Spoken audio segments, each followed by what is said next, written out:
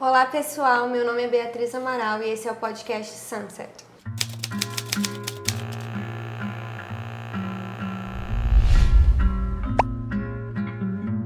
Hoje nós estamos aqui com o Teacher Carlos, que é professor de português. Oi, Teacher, muito obrigada por ter aceitado o nosso convite. Que isso, eu que agradeço. Passa aqui meus R$100 embaixo da mesa, por favor. Teacher, a gente se conheceu há um tempo atrás, porque a gente trabalhava no mesmo ambiente escolar. E eu lembro que, assim, o ano passado foi um ano um pouco difícil pra mim, questão mais emocional, né? E sentimentos, assim, que eu guardava mais pra mim, né? E aí eu lembro que teve uma atividade em grupo que a gente teve que fazer, onde acabamos conversando e dividindo algumas coisas que a gente tava passando, né? E você relatou que tava passando por alguns momentos mais complicados. Como é que tá hoje em dia essa questão? Continua a mesma coisa? Mudou? As coisas têm uma tendência de mudar com o tempo, graças a Deus. Contudo, é interessante a gente enfatizar que na época em que nós estávamos conversando, tivemos aquela interação, existia um quadro mais específico na minha vida, profissionalmente falando, que era mais intenso. Pessoalmente falando, mais delicado, profissionalmente falando, mais intenso. Nós, como professores, temos uma tendência de compartilhar a mesma rotina, as mesmas expectativas, as mesmas dores, as mesmas alegrias. E isso acaba mexendo com o nosso eu, com a nossa identidade no dia a dia, seja no nosso círculo de amigos, seja no nosso círculo familiar. E naquela época, muita coisa estava acontecendo comigo pessoalmente. Hoje, o professor Carlos tem uma outra vibe, uma outra energia. Passei por um processo de autoconhecimento recentemente que me permitiu entender melhor quem eu era, quem eu poderia ser e um dia quem eu serei. Pensando nesse contexto, naquela época em que conversamos para hoje, são Carlos de épocas e tempos diferentes. Então não tem como comparar. Mas pensar em saúde mental, dialogar sobre isso, conversar sobre isso, é fundamental para que a gente possa ter uma base. Professor precisa de base, professor precisa de outro professor para chegar onde quer que queira chegar. Com certeza. E uma coisa, as pessoas confundem um pouco. A gente fala, eu amo ser professor.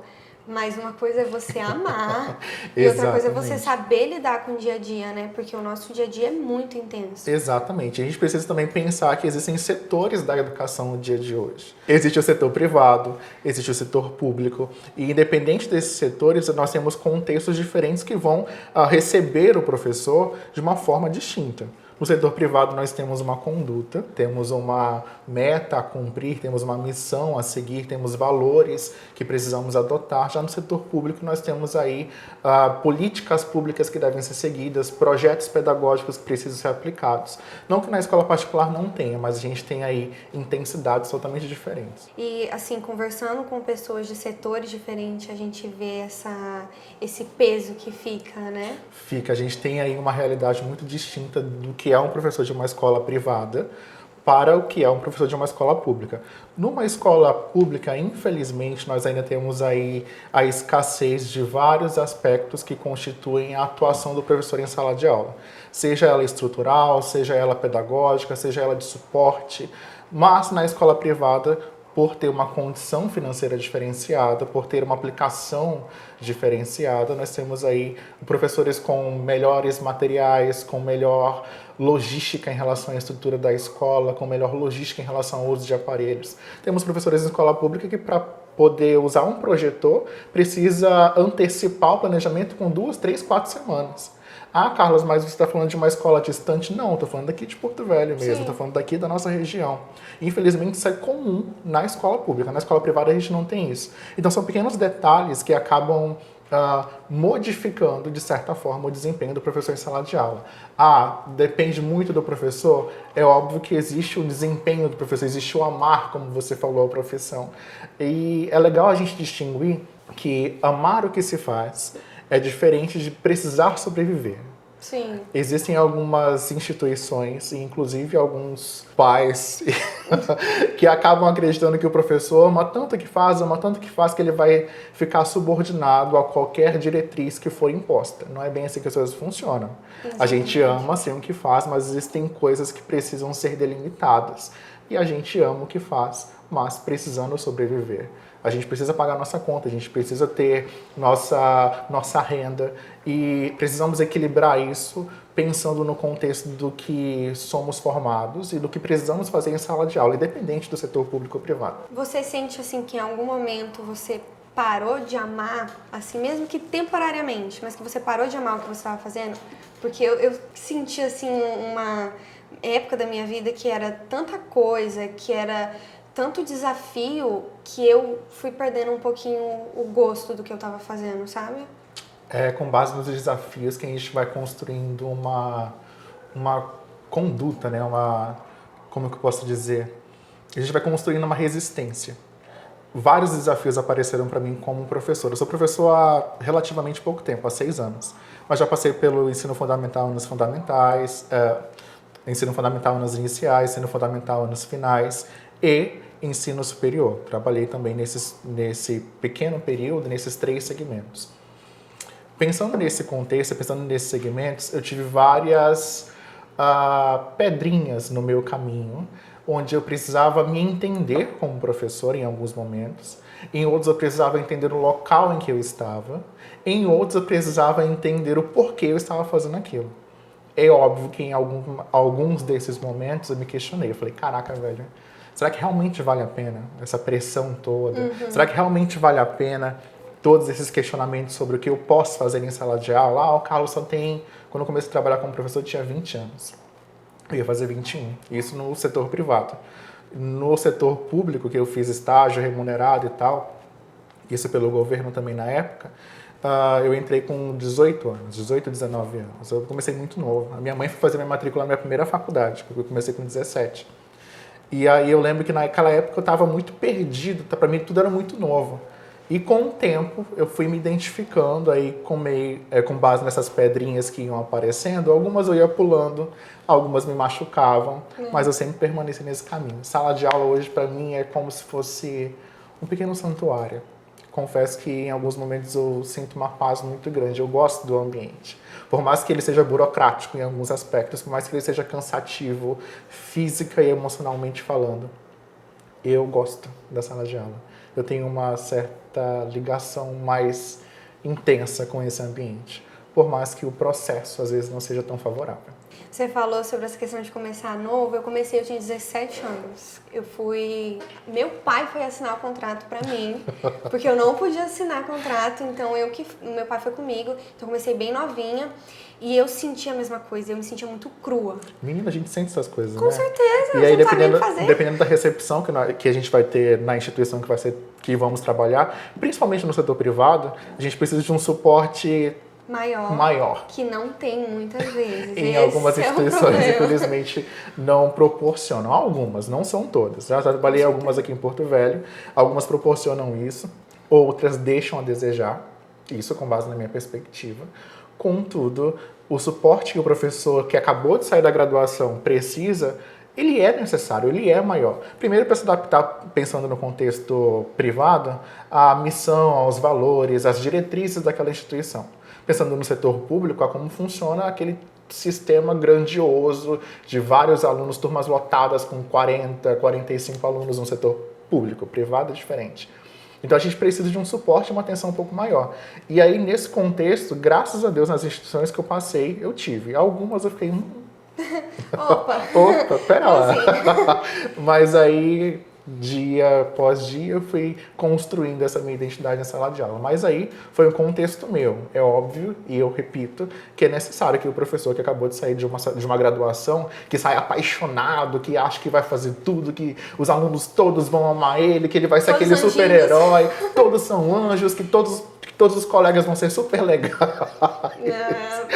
Não é necessário a gente dar um suporte mais intenso para esse professor. E quando eu falo mais intenso, eu falo, caramba, velho, olha, tu vai passar por isso, tu vai passar por aquilo, mas eu vou estar por aqui. Qualquer coisa do grito aqui na minha sala, que a gente tá junto. Eu tive sorte, porque eu tive uma professora incrível comigo. Eu lembro que ela pegou um caderno, ela colou meu nome, ela ia anotando tudo pra mim, horário de tudo, rotina. Olha, de tal horário a gente vai fazer isso, de tal... Porque no começo você fica muito perdido. Nossa, você não sabe pra onde eu era ir. professor, mas eu ficava, gente, e aí, o que a gente vai fazer? Como é que vai ser? E aí, ler que horas é o intervalo? É loucura. loucura! E você, assim, você tem que correr atrás e eu acho que assim, o que mais foi complicado pra mim foi aprender a lidar com as crianças em si. Porque quando eu entrei, eu era muito nova, a experiência que eu tinha eram meus irmãos. E meus irmãos, você lidar com irmão, você lidar com criança de outra pessoa, são coisas totalmente diferentes. Exato. E lidar com criança, lidar com os alunos no contexto geral, seja eles de, sei lá, primeiro, segundo, terceiro ano do fundamental, ou seja eles de ensino superior. É um negócio louco. Não sei pra ti como que foi ou como que é, mas pra mim é um negócio que mexe muito comigo. E eu gosto de pensar que isso me faz aprender o que é ser um professor de fato. Exemplo, eu trabalhei com turmas de terceiro ano até ensino superior, ensino médio e tal, e a gente não envelhece. A gente não envelhece em virtude dos alunos. Digo isso porque tive alguns alunos que chegavam para mim, às vezes falavam assim, tinha acabado de chegar na sala, tinha me apresentado e tal. Eu, naturalmente, tenho essa expressão. Então, eu sou uma pessoa muito amigável. Quem vê de longe pensa, esse menino aí deve estar com algum problema. Eu achava que você era brava quando eu te vi de longe. Não, é só a cara. Às vezes conversar. a bochecha traz a impressão de um bulldog velho, mas é só a bochecha mesmo. Então eu chegava nas salas e me falava, eita, lá vem o teacher Carlos, lá vem o professor Carlos, ele é bravo, ele é bravo. É só a cara mesmo. Então, com o tempo, a gente vai criando um vínculo com os alunos. E aí, eu tive alguns episódios de alunos chegarem para mim de 9, 10 anos. Professor, o senhor joga Roblox? Eu, na minha ingenuidade, que não tenho noção do que é Roblox, falava, claro que eu jogo. Tu joga também? Aí eu deixava o menino falar. E eu via que isso trazia uma proximidade que era necessária. Às vezes, o conteúdo que a gente ministra não é interessante. Ou, na verdade, é um grande obstáculo na vida desse aluno. E nós, como professores, precisamos, a gente tem que ter essa noção de trazer esse menino para perto, trazer essa menina para perto. E aí eu tive alunos que falavam pra mim de anime, inclusive é quase uma confissão aqui agora, tá? Beijos, queridos alunos que vão assistir isso aí. Algumas coisas que vinham falar pra mim, eu não tinha noção. Anime, um monte de nome japonês, eu não tenho noção. Mas, teacher, o senhor assistiu? Eu assisti todo. E tu, o que tu achou do último episódio? E aí eu vi que aquilo trazia uma proximidade. Hoje eu entendo um pouco de futebol. Um pouquinho de tudo você vai aprender, eu finjo bem. Sei um pouco de games, sei um pouco de anime, inclusive anime comecei a assistir muitos nos últimos dias, porque eles foram indicando e eu ia assistindo e eu precisava ter uma conexão com os alunos.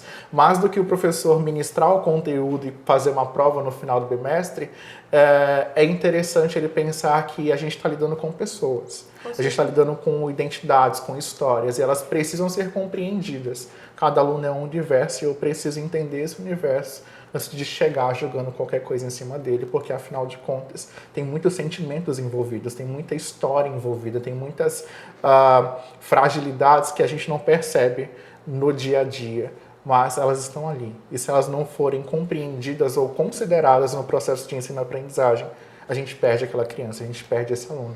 E isso não é positivo para a gente no processo do começo ao fim do ano e no processo de ensino-aprendizagem que é constante. São etapas, né? São etapas e elas precisam ser consideradas. Se não for considerado, esquece. Tudo aquilo que tu está explicando vai ser decorado, vai ser memorizado temporariamente e depois o menino vai esquecer porque não foi útil, ele vai entender que aquele assunto não é legal, que aquele assunto não é relevante. Isso se o professor desconsiderar que ele está falando ali com uma outra pessoa que tem os seus sentimentos e tem os seus gostos. Ele precisa considerar isso. Então, desde anime até futebol, hoje eu consigo tudo, né? Fingir que sei algumas coisas porque eu comecei a entender. Eu tinha alunos em turmas de ensino superior, por exemplo, que falavam comigo sobre religião.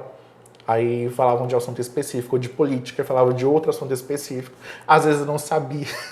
Falava, gente, eu vou ali ao banheiro rapidinho. Pesquisa no telefone. Pesquisava no telefone e voltava. Fingia um desmaio ali rápido, de 2, 3 minutos. Gente, aquele mal. Caos na sala. Gente, tô passando mal. Pesquisava rápido, voltava. Assisti, sei, conheço. Só pra criar aquela afinidade. E aí, depois que a afinidade era estabelecida, pronto. Ali a gente tinha um processo de respeito que era incrível. A gente tinha um processo de identificação que era muito legal. Primeiro porque algumas turmas que eu passei, eu era novo, sou relativamente sou relativamente novo, e aí alguns alunos falavam, nossa, ele é muito legal, muito novo, muito top, o professor Carlos, blá, blá, blá, blá, blá, blá.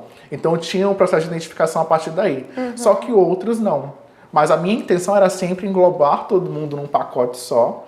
Isso quando eles me davam essa abertura inicial. E aí a gente criava um processo de respeito que era mútuo. Eles entendiam que eu ainda era o professor deles. Eu não perdi o meu respeito como professor em sala de aula por conversar com um aluno sobre Naruto, por conversar sobre Dragon Ball, conversar sobre One Punch, que é um anime que os meninos gostam de assistir aí, ou então sobre o jogo do Flamengo e do Fluminense, que eu nem sei o que faz um atacante hoje, mas eu fingi que sabia o assunto. Mas eu não perdi o meu respeito por conversar com ele sobre isso. Na verdade, Na verdade, eu estabeleci um respeito maior por certeza. pensar isso. Tem hoje professores que pensam, o professor ele não pode dar muita intimidade para o aluno. Realmente ele não pode dar intimidade para o aluno. Mas Existe um contexto profissional e pessoal que precisa ser separado. O que eu vivo fora da escola é fora da escola. A minha relação com o meu aluno em sala de aula é outra. A gente vai criar ali um sistema de regras que seja favorável e compreensível para ambas as partes. Agora eu chegar e determinar, falar, menino cala a boca, menino senta, menino levanta, menino late, não é essa a ideia, não é esse o contexto. E aí essa aproximação é fundamental. Por isso que eu falei no começo que esse processo de ensino-aprendizagem, de chegar numa turma nova, chegar com alunos novos, para mim é meio que louco. Porque eu acabo conhecendo um Carlos que gosta de futebol, que gosta de esportes, gosta de desenho, que gosta de coisas que ele jamais pensaria em gostar. Só porque no final mesmo das coisas, ele gosta de ser professor.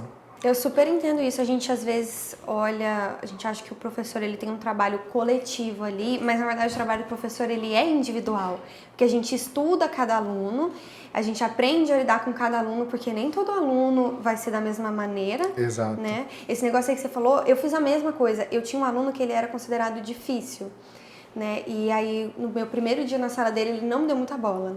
Ele, na verdade, ele não queria nem falar comigo. Aí eu escutei ele falando com o menino que ele gostava de Naruto. Foi uma sexta-feira que eu dei aula pra ele. Eu passei o final de semana inteirinho estudando Naruto, os personagens, tudo. Na segunda-feira, ele chegou em sala, aí eu peguei e falei assim, não tem Naruto, nananã. Falei sobre. Pois esse menino, ele começou a falar. Ganhou o menino aí. Ganhei aí. Laçou Depois disso, ele, nunca mais eu tive nenhum problema. A gente vê que a relação do professor e aluno é algo crucial no processo de ensino-aprendizagem. E é mesmo. E por meio das palavras a gente cria vínculos profundos, mas também a gente consegue criar abismos assim imensuráveis. Dependendo do que o professor fale ou faça em sala de aula, ele vai conquistar aquele aluno para sempre. Seja num contexto pessoal, seja num contexto do aluno ter afinidade com a disciplina.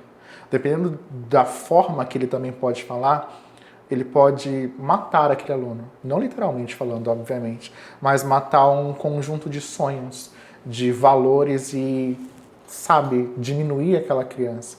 Então é interessante a gente pensar que esse processo esse processo de aproximação ele é muito delicado. Cada aluno é um universo diferente, cada aluno é um processo diferente. E aí vai do jogo de cintura e da experiência do professor. Mas é muito louco a gente pensar que por meio das relações, que o contexto social e cultural já mostra pra gente isso, né? Que por meio das relações tudo é estabelecido. Mas na sala de aula, a gente não está falando só de uma relação, a gente está falando de um universo que é construído. A gente está falando ali de um conjunto de sentimentos, um sistema que é estabelecido porque você parou para ouvir aquela criança. Porque você deu credibilidade, você deu validade para tudo aquilo que ela sente, tudo aquilo que ela pensa. E é muito louco isso. É muito louco. Ser professor, nas condições em que vivemos hoje, é algo extremamente desafiador. Porém, ao mesmo tempo, é gratificante. Eu lembro que as melhores coisas que eu já tive como professor, seja do fundamental nas iniciais até o ensino médio, foram os agradecimentos no final de cada bimestre, no final de cada ano, ou então aqueles bilhetinhos com papel amassado e um coração mal feito. Eu chorava. Que eu falava assim, Toda vez eu chorava. Eu tentava não chorar. Ixi, eu chorava, eu sou muito emotiva. Quem vai assistir isso aí depois vai saber que o Teacher Carlos era mais assim, sem sentimentos. Mas não, no fundo eu chorava. Inclusive, tenho quase todas as cartas guardadas lá em casa. Limpo elas de vez em quando para não pegar mofo. Mas assim, Esse processo é muito gratificante para mim. É gratificante porque eu vou me construindo como pessoa. Não só o professor Carlos, profissional que estudou isso, estudou aquilo, mas como pessoa. Eu vou entendendo os outros aos poucos e é aí que a nossa sociedade, nossos sistemas, nossos valores são construídos e modificados. O que a gente estudou hoje, a gente faz hoje, talvez não seja lembrado. Mas o que a gente ensina hoje em sala de aula pode ser convertido em grandes produtos no futuro. Talvez a gente não tenha noção do que a gente pode ter construído em sala de aula no ano passado. Mas daqui a uns 10, 15, 20 anos, outras pessoas terão resultados produtivos do que a gente fez. Com certeza, né? Você passa confiança pra criança, Exato. Ela vai crescer com aquilo, né? Exato, isso é Em maravilhoso. questão das cartinhas, nossa, eu chorava muito. As únicas que eu não chorava, eu sinto que criança... Sinto não, eu tenho certeza que criança é muito verdadeira, né?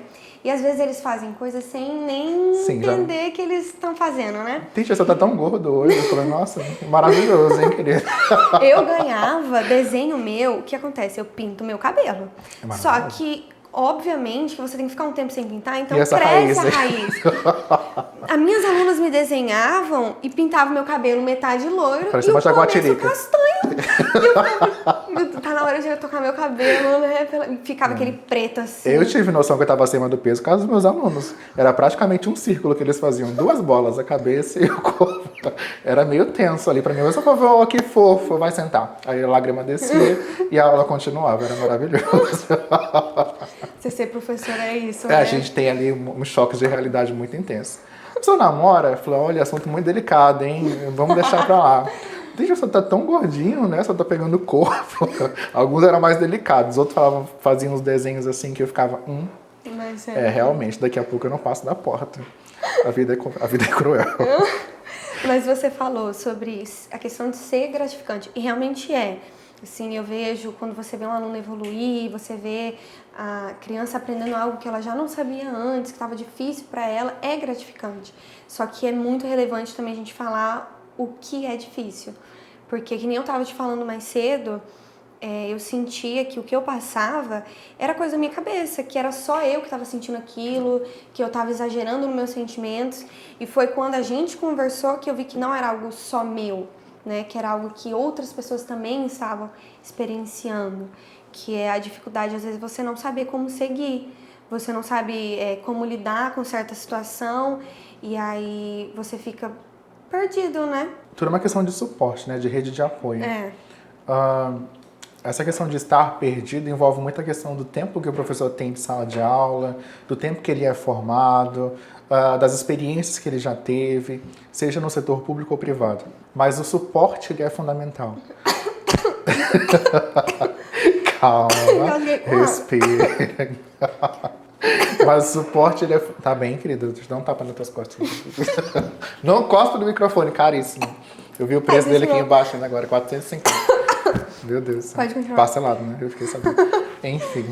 Esqueci. Nossa, dela primei, ó. Socorro. Calma, enfim. O assunto sério, mas... Continua aí, vai. Tá bom, hein? Elisa, por favor. Oi, Elisa. Tudo que nós fomos e somos hoje, pensando no contexto profissional, veio de outras ideias que outros professores construíram com o seu tempo de estudo, com suas práticas pedagógicas e assim vai. Então a gente é um conjunto de valores que foi ali delimitado no que eu e você fazemos em sala hoje. Então tudo que eu sei, tudo que você sabe, tudo que você fez, tudo que eu fiz é fundamentado em premissas pedagógicas, em práticas de outras pessoas. Onde que entra o suporte aí? O suporte ele passa a ser necessário porque é com base nas práticas que eu vou percebendo aquilo que realmente é válido ou não para o meu ambiente escolar e para a minha realidade.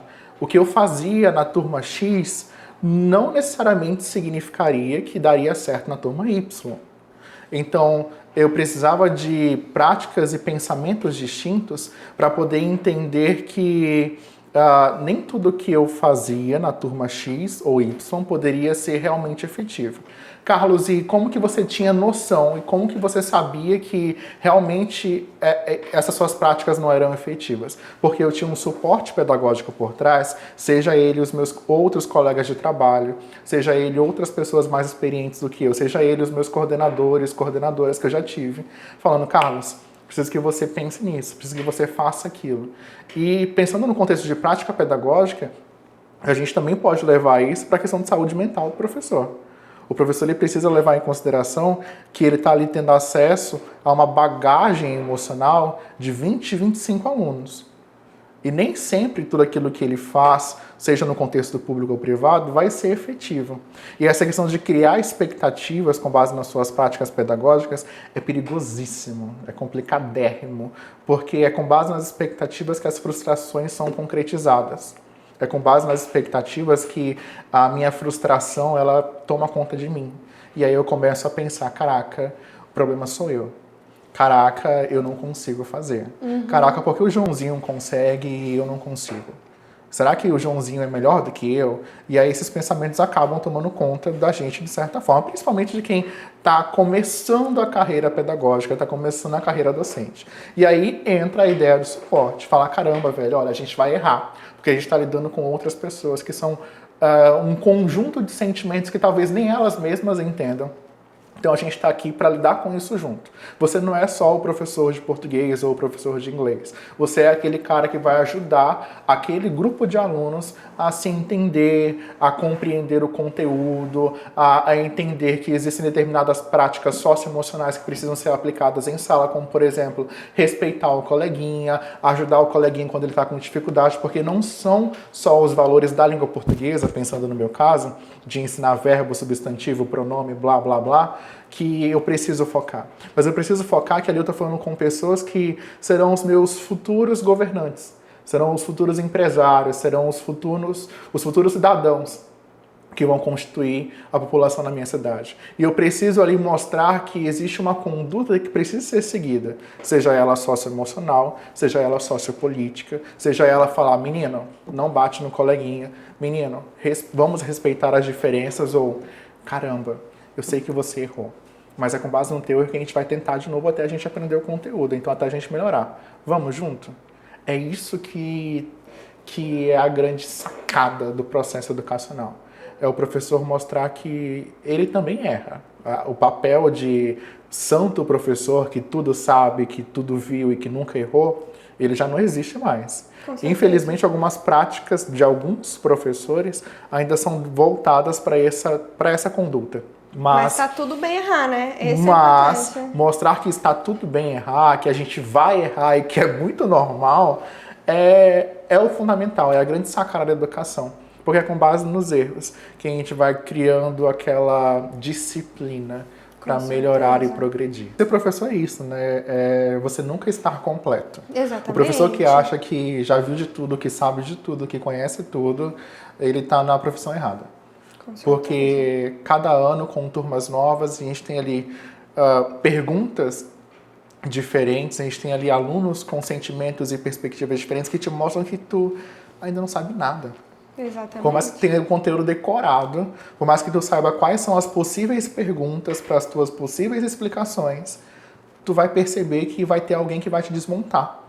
Que vai ter algum aluno, vai ter alguma situação que vai mostrar que você precisa estudar mais, que você precisa conhecer mais. E ser professor é isso, é buscar conhecimento constante. Paulo Freire falava isso, que uma escola ideal, que uma escola eficaz, uma boa escola, é aquela escola onde tem profissionais que entendem que o processo de ensino-aprendizagem, ele é constante.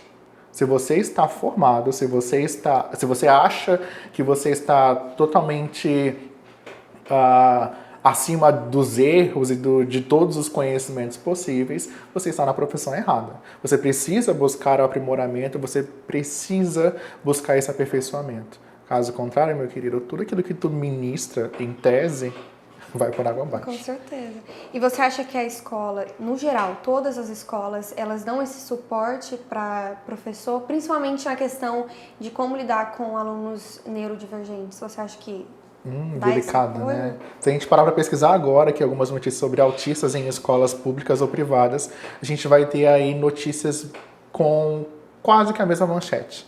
Aluno autista é expulso da sala de aula, aluno autista sofre bullying dos demais coleguinhas, professor tira aluno autista de sala de aula. Então isso já mostra pra gente que a nossa realidade, independente da instituição ser pública ou privada, não está preparada para o público neurodivergente. Com certeza. É legal a gente pensar que o espectro autista, ele é um espectro. Então vamos imaginar que a noção, a concepção, a etimologia de espectro é uma imagem ou uma energia, uma sensação, uma onda que vai chegar com você para menos intensidade e vai chegar para o Joãozinho com menos intensidade. Mas eles estão fora do espectro? Não. Vamos imaginar que a gente está na beira de uma praia. E aí ela vem as ondas com a sua maré, blá blá blá blá blá, a gente comendo camarão, maravilhoso, me arrepio, gente. E aí a gente está na beira da praia. Chegou a maré e você está numa distância X, estou numa distância Y. Beleza. Chegou a maré cobriu os nossos pés lá. Só que tu sentiu essa maré com uma intensidade menor. Eu senti essa maré com uma intensidade maior, até porque eu estava mais próximo, você estava mais longe. Entendi. Significa que a gente estava em praias diferentes? Não. Mas a gente estava sentindo e tendo experiências diferentes. A concepção de espectro, principalmente dentro do espectro autista, é essa. Nem todo neurodivergente vai ter a mesma característica ou habilidade daquele que você conheceu na semana passada. Ou daquele que você está conversando por meio de algum congresso em alguma universidade por aí. O transtorno do espectro autista ele é múltiplo.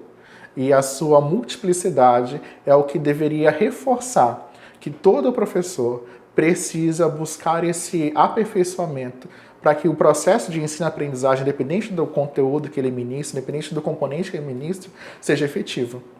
Infelizmente hoje, se a gente for pesquisar qualquer notícia por aí, na Twitter, Instagram, Facebook, qualquer coisa, a gente vai ter notícias muito similares a essa.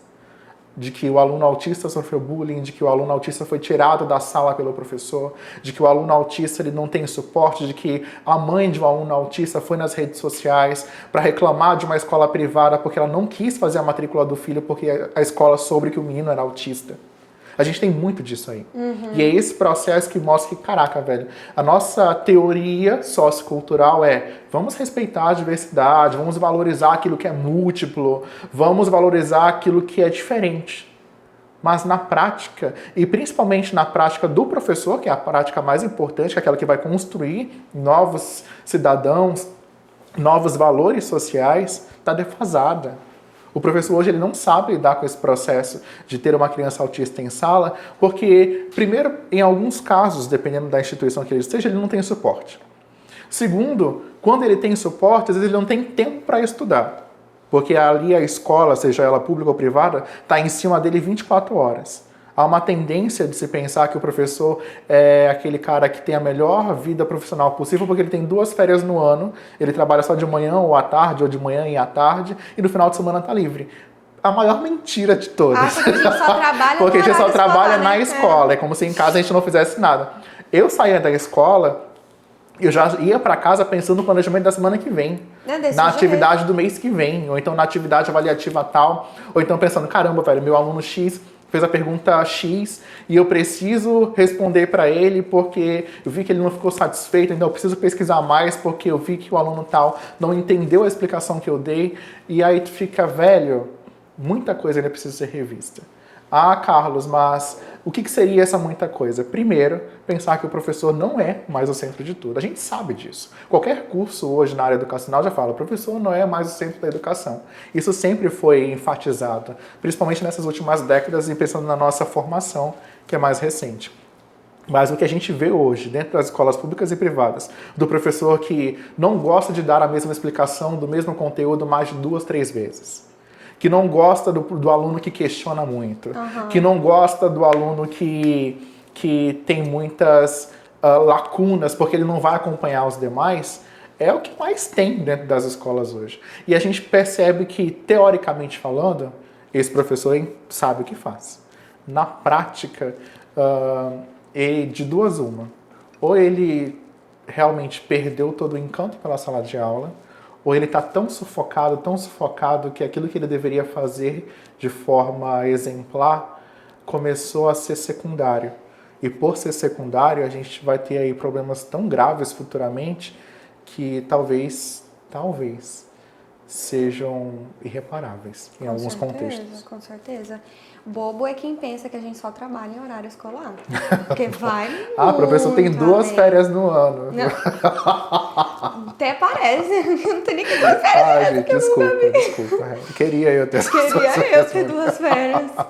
Mas é difícil. Eu vejo isso hoje em dia, sendo professora particular, eu monto planejamento. Imagina numa turma quando eu tinha 60 alunos. Era muita coisa. Eu lembro que eu ficava até 11, meia-noite cortando coisa, fazendo planejamento. Então, assim, o meu horário estendia muito. Hoje em dia, eu não pego o horário da manhã pra dar aula de jeito nenhum.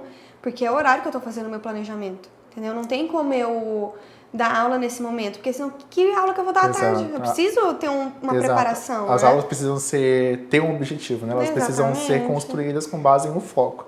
Só que, como cada sala é um universo diferente, cada turma, cada aluno é uma particularidade que a gente precisa considerar, é óbvio que o planejamento ele também precisa ser maleável. Eu planejei hoje ensinar para a turma da Beatriz o que é frase, oração em período. Cheguei na turma da Beatriz e vi lá que a galera tá com uma outra vibe, uma outra energia, porque perderam o jogo do Joé, ou então perderam a partida naquele evento X, ou então naquela participação específica Y. Beleza, vou conseguir aplicar todo o meu planejamento? Possivelmente não. O planejamento ele precisa ser maleável em virtude dessa questão. Com certeza. De que alguns eventos vão desnortear tudo aquilo que eu havia planejado para que acontecesse naquela turma. Mas na turma do Joãozinho, na turma da Mariazinha, eu consegui fazer o planejamento que eu tinha planejado, que eu tinha desenvolvido para a turma da Beatriz. E aí, o que eu faço? Ele vai continuar sendo maleável, vou continuar seguindo com o meu processo, o meu cronograma, até porque ele precisa ser aplicado.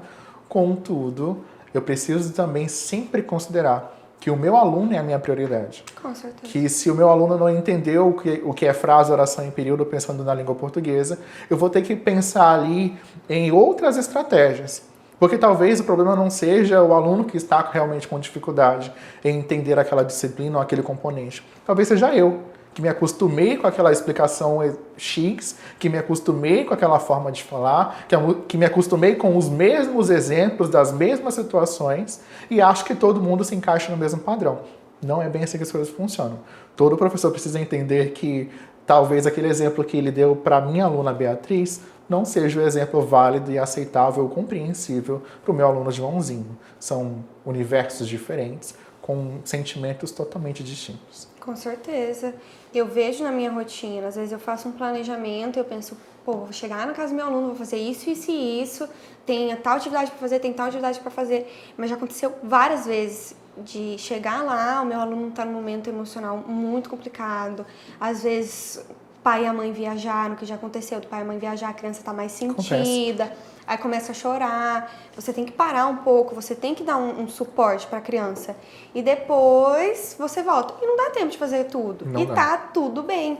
A gente fica nessa pressão de conteúdo, e a gente esquece que às vezes tem situações que acontecem que o conteúdo vai ter que ser deixado de lado. A gente está ensinando seres humanos, não são robozinhos. Exato. Não é colocar só o conteúdo na cabeça e deixar lá, né? Jogar vários conteúdos para que o aluno no final faça uma prova. Né? Exatamente. Infelizmente, o processo de ensino-aprendizagem hoje, pelo menos o efetivo, para a maioria dos pais ainda é aquela prova que ele precisa ver que o filho dele na prova de 0 a 5 tirou, 4,5, tirou 5. Para que o pai entenda que o aluno realmente ele está indo bem na escola, ele precisa ver essa prova. Pelo menos para a maioria dos pais, seja de escola pública ou particular. Eu preciso ver se meu aluno está indo bem em português, se meu filho está indo bem em português. Como que eu vou constituir se ele está indo bem ou mal para esse pai? Infelizmente, vou ter que mostrar a prova. Por que infelizmente? Porque é desconsiderado pela maioria das instituições que eu possa avaliar o meu aluno de outras formas. Eu posso avaliar o meu aluno aplicando um projeto, por exemplo, interdisciplinar, com a professora de história, com a professora de geografia, com a professora de inglês. E aí esse projeto era na verdade, esse projeto envolvia uma pesquisa, envolvia um levantamento de dados e, por último, uma apresentação.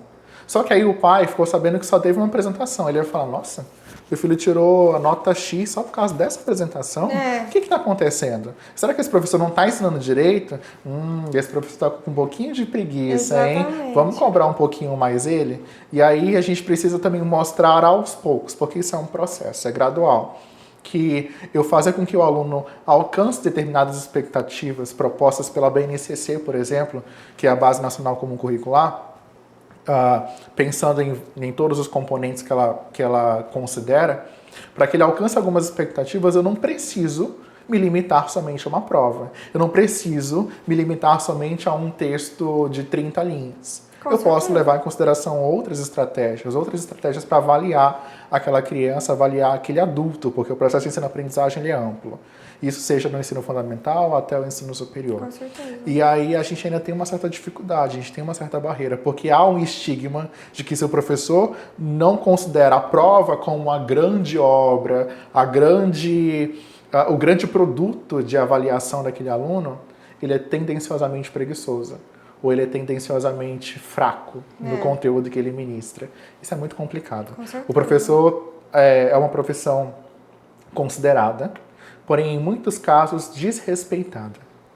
Porque há o estigma de que ele é preguiçoso, há o estigma de que ele é doutrinador, há o estigma de que ele não é forte naquela área em que ele ministra, porque talvez ele não tivesse conseguido responder uma pergunta X, Y ou Z. Há vários estigmas. E talvez seja a única profissão em que outras profissões metem o dedo. Porque a gente não vai ver um professor de língua portuguesa, por exemplo, indo lá no consultório de um cardiologista se meter no parecer dele. Isso não vai acontecer. O tratamento que ele fez tá errado esse tratamento aqui. Olha, eu acho que a cirurgia devia ter sido feita de tal maneira. De tal maneira. Então, cuidado com isso aí. Isso não vai acontecer. Isso é real. Mas é muito comum a gente ver, por exemplo, um empresário, um advogado, um juiz, um juiz e entre outras profissões da vida, se metendo na atuação do professor. Olha, professor, eu acho que aquilo que você fez não estava correto. E aí o professor fica, caramba, velho. Eu sei que eu preciso aprender mais, eu sei que eu vou me construir nesse processo constante, que é a sala de aula, que é esse processo desafiador, que são as minhas crianças. Mas e aí? Cadê? Até onde eu posso me posicionar? Será que esse pai está certo? Normalmente numa escola privada, infelizmente sim. Afinal de contas, o que vale é manter o cliente, né? Você não pode se afinal de contas, afinal de contas, o que vale é manter o cliente. É isso que vale, é isso que é válido. É mais interessante eu adaptar a metodologia do professor ou mudar o professor de sala do que me posicionar contra aquele cliente. Exatamente. Porque dentro de uma escola, no contexto privado, infelizmente, algumas instituições desconsideram que elas são uma escola. Em primeiro lugar, elas são uma empresa. É venda, venda, venda. Exato. Tem que vender, eu tenho que manter o cliente, tenho que manter a minha lucratividade. E em segundo lugar, uma escola. E aí as notas podem ser adaptadas, os trabalhos podem ser adaptados. Perde, né? E essa adaptação normalmente não é com base numa expectativa educacional. Normalmente é com uma vontade de algum pai. É com uma vontade de alguma outra pessoa que tem um pouco mais de autoridade que você e que acaba fazendo com que você, como que eu posso dizer, tenha a sua voz silenciada. Seja você como pessoa, seja você como profissional. Com certeza. Hoje em dia, eu dou graças a Deus que todos os pais que eu dou aula para os alunos, né, os pais dos meus alunos, todos eles são incríveis. Todos. Sabe? Conversa comigo, todos entendem, eu explico situações, tudo tranquilo. Assim, é aquela questão, eu estava até conversando sobre isso uns dias atrás com meu pai. É aquela questão de entender e saber respeitar o que o outro tem conhecimento. Se eu não sou profissional em algo, eu não vou querer fazer algo. Eu vou deixar para o profissional fazer. E eu acho que é você ser mais inteligente, é você virar e falar, eu não sei fazer isso. Eu não consigo. Você sabe, então eu vou respeitar a sua metodologia, eu vou respeitar o jeito que você sabe fazer. Graças a Deus, hoje em dia eu tenho esse suporte, né, dos pais. Mas eu já tive outro suporte diferente, né? É muito complicado essa questão dos pais pensando no setor privado, né? O setor público, a gente tem ainda, por sorte, alguns pais que acompanham, mas não são todos. Numa turma de 40, 2, 3 que vão saber como está o rendimento escolar do filho. Realmente. No setor público a gente tem uma realidade que não dá para comparar. Mas no setor privado é bem mais punk. É porque você bem mais paga, punk. então você quer ver o resultado acontecendo, Exatamente. né? E tá tudo certo. Você Até paga aí por um tá, serviço e o serviço precisa dar resultado. Até Até aí aí tudo bem. Só que existe uma linha tênue entre empresa e escola. E aí em alguns momentos conflituosos, a gente tem uma mistura que não é saudável para o corpo docente. Com certeza. E quando eu falo corpo docente, eu falo dos professores, falo da coordenação pedagógica e falo de todo mundo que está ali diretamente com os alunos. Porque todo mundo sofre, né? Uma coisa assim que era muito difícil era questão de prova mesmo. Que a nota, o pai vinha cobrar, por que a nota veio baixa? Mas o que tá faltando? Tem uma coisa que eu tô faltando. E muitas vezes, quase todos os casos, às vezes nem é porque a criança não sabe. Às vezes acontece N coisa ali no dia da prova que desestabiliza uma criança. Eu tinha uma aluna que toda vez que tinha prova ela chorava. Ela chorava e não conseguia fazer a prova. Isso vem também de uma noção de que a prova é o primordial. Uma pressão que vem, A né? prova é o que o aluno precisa mostrar que realmente ele sabe, que realmente ele aprendeu tudo aquilo que foi ministrado durante aquele bimestre e tem que ir bem. Com certeza. Aquilo ali que ele precisa focar. Isso então, que é o a gente foda tem, da situação, a gente né? tem alguns alunos nesse contexto de estarem tensos, de chorarem para fazer um exame como esse, por exemplo, uma avaliação bimestral, porque vem de uma cultura que a gente vivenciou isso também, de que quantas vezes eu não chorei pra fazer prova? de que a prova tinha que ser, era a coisa mais importante, não era a explicação do professor, não era aquele trabalho em sala em grupo, ou então aquele trabalho individual, não, era a prova. E aí isso acaba mexendo com o emocional da criança, principalmente de uma criança. Com certeza. E se isso não é desconstruído, a gente vai ter alunos que vão chegar numa faculdade, que vão chegar numa pós-graduação, que ainda vão ter essa mentalidade. Caraca, o professor explicou um monte de coisa, mas e a prova? O professor passou um monte de trabalho, mas e a prova? Exatamente. Velho, as expectativas foram já cumpridas. Exatamente. Agora, você alcançou ela porque você compreendeu que o processo era contínuo ou você se limitou a uma única atividade? É isso que a gente precisa refletir, tanto como aluno, tanto quanto professor em sala de aula. Com certeza. E a gente, às vezes, não entende tanto essa parte, né? Que vem esse nervosismo. Porque o nervosismo, ele pode tanto vir de uma pressão da escola, porque eu estudei uma época numa escola que vinha uma pressão gigantesca por trás. Ai, Nossa, eu lembro que meus tenso. professores falavam na minha turma que se a gente não tirasse nota boa, a gente não ia ser ninguém na vida. Os negócios assim, pesados. Que maravilhoso. Eu no primeiro ano do médio. E eu lembro que era uma escola que dividia a turma por nota. Então você se sentia... Turma A são os melhores, turma B mais B, ou menos, e C, ok, tipo, turma nossa C, em nome de senhora. Jesus, sai daqui. Isso é horrível, isso é horrível. Você fica nervoso. Eu chorava, eu chegava a passar mal. Ai, tem Foi uma sim. época assim, eu tive uma amiga minha que ela perdeu o cabelo de nervoso. Então a gente às vezes vem uma pressão da própria escola, porque a escola às vezes quer mostrar que, olha, os meus alunos passaram no Enem, os meus alunos não sei o que lá, os meus alunos têm nota tal. E muitas vezes a pressão vem de casa. Quantos alunos eu já não escutei que o pai falou que, se você tirar nota baixa, você vai apanhar. Se você tirar nota baixa, eu vou te deixar 2 meses sem videogame. Um negócio assim, que a criança fica, meu Deus, o que eu vou fazer agora? Ora. Será que é o fim da minha vida? Fica aí no questionamento. A gente sabe que pra criança, você tirar algo que pra gente é pequeno, pra eles é, meu Deus, pior situação que podia acontecer, né? Nossa, é complicadérrima essa parte. Principalmente por limitarmos, né? Toda a avaliação, todo o sucesso do aluno a um item só. Exatamente. Mas existem vários fatores que precisam ser considerados. Só que a gente vai conseguir expor isso num podcast como esse? Normalmente não. Com certeza. Normalmente não, porque isso normalmente não é um assunto que interessa. O que interessa é o rendimento final. Não me interessa o processo. O que me interessa é eu pegar a prova do meu filho, ver que ele tirou numa prova que valia 5, tirou 4,5, que ele alcançou a média e pronto. Acabou, vai embora. Exatamente. E aí... Cumprir meta, né? Exato. As metas foram cumpridas, meu filho esse bimestre tá ok, tchau, meu filho vai jogar seu videogame que mamãe e papai vai trabalhar. Exatamente. E a gente não vê também que muitas vezes prova é decoreba. Quantas vezes eu já não decorei coisa pra prova que hoje em dia... Você vai me perguntar uma coisa de química e física, eu não vou saber te responder. Não, eu não vou fazer a mínima ideia do que você tá falando. Nada que envolva o número. Eu sorrio, a cena, falo, olha que maravilhoso, aí eu vou embora. Matemática, eu falo... Inclusive, eu acho que meus bancos aí, ó, cuidado, estão me roubando. Né? Matemática, eu só pego até uma certa idade. Passou dessa certa idade, eu já aviso pros Eu também pais. vou até a segunda pego. série do fundamental, não consigo. Eu consigo ir até o dividir por 3, eu já não consigo. Não, tá doido, tem umas coisas que é absurdo. Menina, como é que eu vou ensinar pra alguém uma coisa que eu não sei? Me pede pra ensinar química e física, eu não vou saber te explicar. Tá repreendido. Entendeu? Português...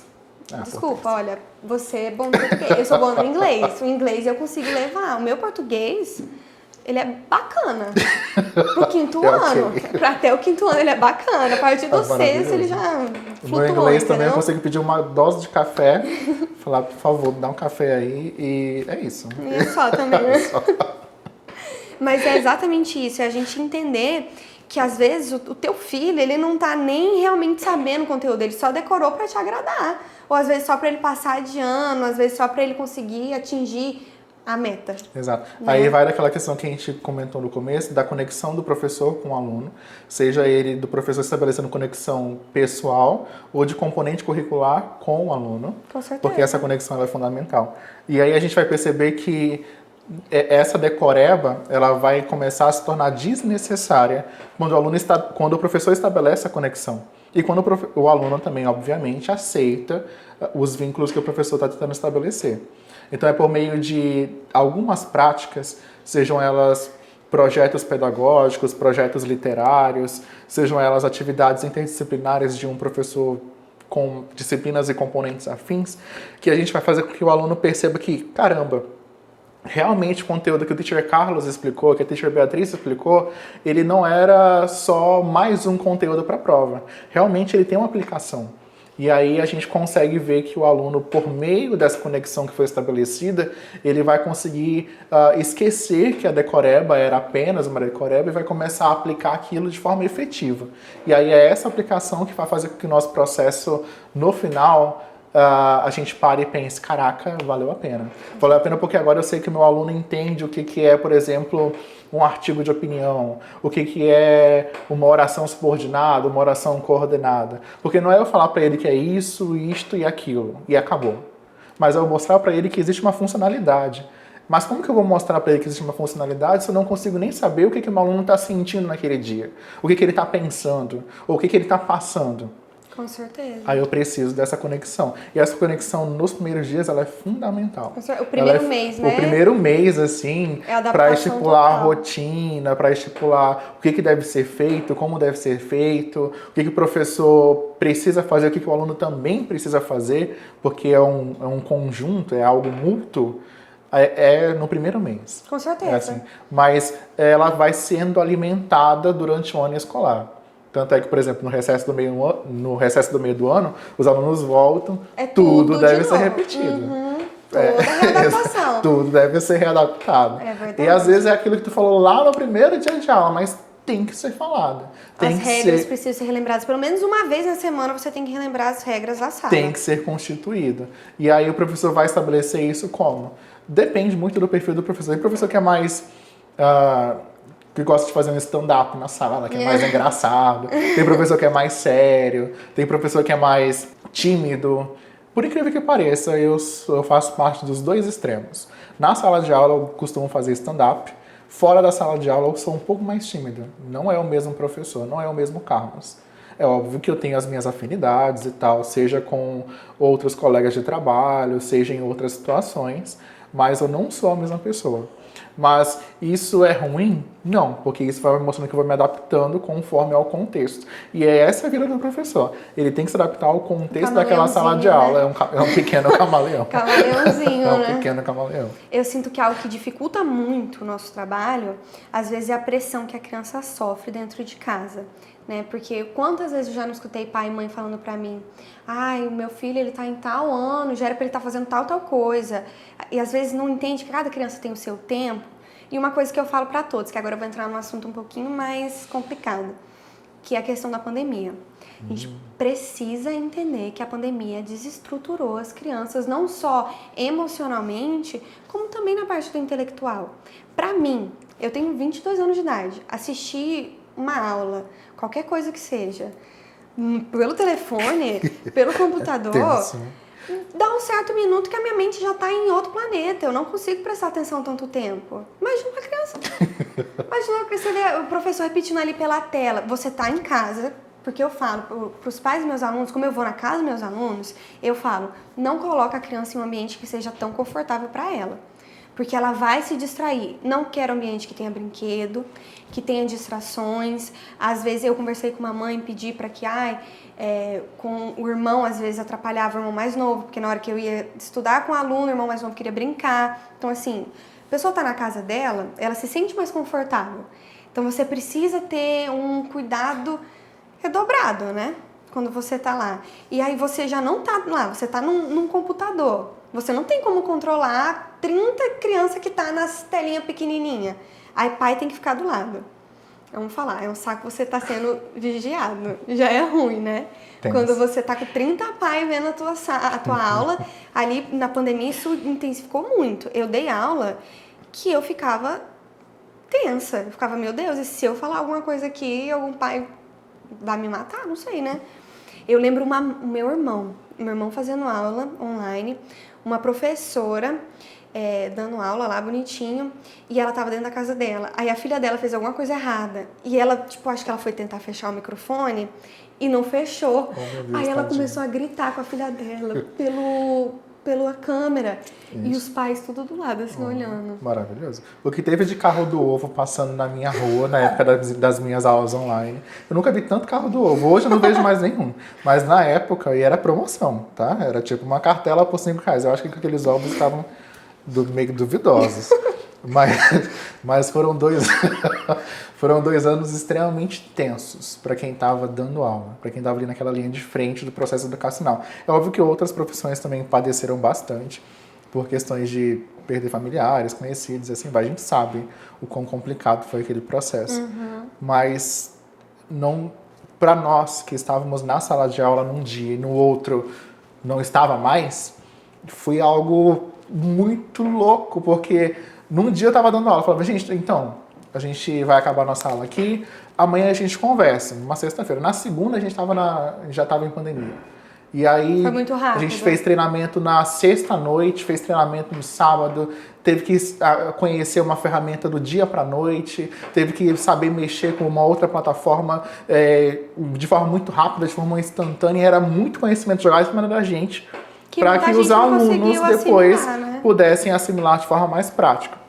O contexto particular ainda teve uma estrutura. E o contexto público, que alguns alunos não tinham nada. Ficaram dias sem aulas, meses. Alguns, de algumas instituições que eu conheci, ficaram um ano quase todo sem aula, porque o professor não tinha o material necessário, ou porque o governo, a secretaria, todo aquele departamento em si não conseguia passar a estrutura e os recursos necessários. Aquilo foi caótico. E nós não tivemos limite, não tivemos um distanciamento entre o que era nosso, pessoal, e o que era escolar. Eu dava aula no meu quarto. Chegou um tempo na época que eu não sabia mais o momento em que eu ia trabalhar e o momento em que eu ia descansar. A minha escola, o meu trabalho estava dentro do meu quarto. Toda vez que eu ia para o meu quarto, eu conseguia ouvir os meus alunos me dando bom dia ou boa tarde. Eu conseguia aquele toquezinho de reunião, de meeting. Caraca. Nas plataformas de videochamada. Já me davam uma pequena atenção. Mensagens no WhatsApp que eram constantes, passaram a se tornar constantes, mexiam com o meu emocional. Em uma das minhas aulas, eu quebrei meu computador. Porque eu tava tão tenso já que era o cachorro latindo. Eu tinha 5 na época. Era bem uma sinfonia de cachorro atrás, né? Eu tinha 5 cachorros. Carro do lixo passando, carro do ovo na sua promoção. Olha, se eu encontrar aquele cara do carro do ovo hoje, a gente vai conversar. Carro do ovo passando. Tá me devendo um computador. A internet oscilando. Professor, não tô te ouvindo. Professor, a internet está travando, a sua imagem não aparece mais. E aí aquela zoada na minha cabeça. dei um pequeno empurrão assim no computador. Ele quebrou, a aula acabou ali. Eu comecei a chorar no canto. Comecei a chorar no cantinho. E aí eu falei, caraca, velho, o que eu tô fazendo? O que tá acontecendo? Foi o momento que eu me questionei muito. E aí eu precisei, volta àquele nosso questionamento inicial da minha rede de apoio. Precisei das minhas bases, que nesse caso eram familiares e alguns colegas de trabalho, os meus coordenadores que me deram muito suporte. Mas foi uma época tensa. E também foi uma época em que a gente ouviu muita coisa. Porque os pais, eles tinham acesso à nossa realidade, eles tinham acesso às nossas aulas. Foi bom porque eles conheceram a gente. Tinha muitos pais que a gente não conhecia. E a gente também passou a conhecer nesse momento. Mas foi muito delicado, porque em alguns momentos a gente estava numa tribuna. A gente não estava numa sala de aula. Exatamente. Estávamos em uma tribuna. E essa tribuna não era favorável a nós professores. Seja pelo tempo de aula que era proposto, seja pela forma que nós adaptávamos o conteúdo, seja pelo que era dito e feito naquele curto período de tempo, seja o que era dito e feito para atrair a atenção do aluno, para que ele pudesse me olhar ou ligar a câmera em alguns momentos e entender o que eu estava explicando. Porque a gente estava disputando não só com a internet que possivelmente poderia cair, ou com o cachorro do vizinho que estava latindo, ou o meu cachorro, mas a gente estava disputando com vários outros recursos que tiravam o meu aluno do foco central da aula, e eu estava tentando chamar a atenção dele de longe de mim. Ele estava na casa dele, eu estava na minha, eu estava tentando fazer meu showzinho, contar a minha piada. Quantas flexões, quantos abdominais, quantas piadas eu já não fiz para chamar a atenção dos meus alunos e fazer, olha para mim agora e olha para o que o professor Carlos vai tentar te ensinar. Então a gente passou por uma nova profissão em alguns momentos, que foi de tentar... Pura pressão, né? Chamar a atenção do aluno, e eu tive que desenvolver estratégias. Eu aprendi a editar vídeo hoje. Hoje eu sei editar vídeo, hoje eu sei criar vídeo no Canva. Canva é maravilhoso, beijos. Hoje eu sei criar vídeos em determinadas plataformas, sei editar determinados recursos, e isso me trouxe uma bagagem legal, tecnologicamente falando. Só que na época foi muito intenso para mim. E aí eu lembro que eu falava, caraca, velho, eu tenho que disputar agora a atenção do meu aluno com o telefone dele que tá na mão dele. Olha que coisa louca, olha que coisa assustadora, de certa forma. Porque era uma atenção que a gente ia perder. Nos primeiros 5 minutos, se eu não fosse o mais sucinto possível, eu perderia. Então foi algo muito louco, assim. Mas me trouxe muito aprendizado, mas me desestabilizou legal também. Olha, teacher, infelizmente, eu sinto que a gente ainda tem tanta coisa pra conversar. Eu acho que a gente vai ter que fazer uma parte 2 desse vídeo, de verdade. Sim, acho que vou ter que te trazer de novo outro dia pra gente falar. Só que, infelizmente, nosso tempo chegou ao fim. Te agradeço muito. Me passa aqui R$200, por favor. Depois eu te dou. Gente, muito obrigada por ter assistido até aqui. Esse foi o podcast Sunset. Eu vou deixar o arroba do Teacher Carlos aqui embaixo. Meu Pix também vai subir. Mandei um Pix, QR Code aí do Pix do Teacher Carlos pra vocês, tá? Sigam o arroba do podcast Sunset, por favor. Fiquem ligados que em breve nós teremos mais episódios. Um beijo. Tchau, gente. Obrigado. Vocês são maravilhosos.